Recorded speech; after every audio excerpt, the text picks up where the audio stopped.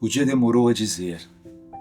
O relógio já explicava o amanhecer e o amanhecer não amanhecia. Tampouco em mim.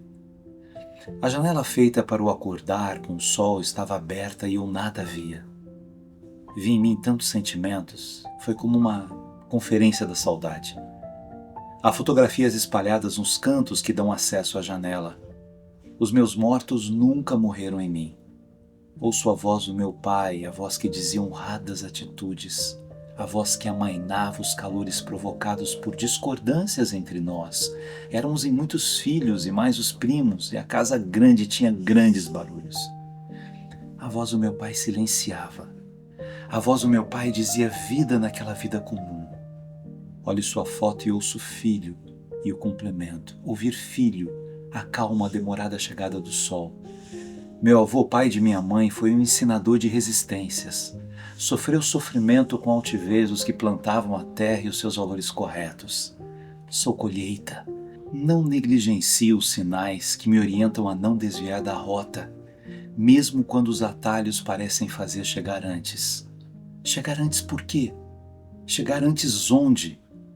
Já corri a corrida insana de provar que poderia vencer. Já estacionei o dia explicando a mim mesmo que vencer é desocupar a mente e os sentimentos da necessidade de vencer. A saudade traz o sorriso da minha mãe. Outra foto, dentro e fora, ela e meu pai, e os olhares e o beijo próximo de ser beijado. Se fosse filme, eu poderia ver o beijo. Há o filme em mim, o filme da infância, a mesa da família onde as refeições eram feitas, as conversas sobre as grandes virtudes. Minha avó gostava de nos fazer comer além do necessário. Sorria a satisfação de nos oferecer alimentos. Ofereceu a vida toda para exercer o ofício do cuidar. Era mais alta do que o meu avô. Os que trabalhavam em casa eram da casa. Havia a Rosa, que antes do anoitecer nos contava histórias. Era inventadora de causos que causavam medo. Minha mãe ralhava com ela. Depois eles não dormem. Às vezes não dormíamos mesmo. Eu achava a Rosa de uma valentia indescritível. Ela não temia a noite e saía pelo quintal afora sem se preocupar com os seres que acordam quando dormimos. O café nos cheirava antes, a mesa tinha os pães feitos em casa, os bolos, as frutas, algumas do pomar. Havia as escadas e no alto delas o abraço de mãe, prolongado, festivo. Dias de poesia eram dias em que o sol nunca tardava, nunca, nem quando chovia, nem quando as nuvens inventavam algum pretexto para não ventar. E havia as férias e as viagens para a casa da praia, e as histórias que meu pai contava enquanto dirigia, e o silêncio que obedecia à curiosidade de saber o que aconteceria com as personagens que ele inventava. Minha mãe acordava antes para cozinhar o que comeríamos na praia. Eu gostava de imaginar até onde o mar poderia nos levar, nas suas águas, nas metáforas do quão pequenos somos na imensidão de tudo o que há. E havia oração em família.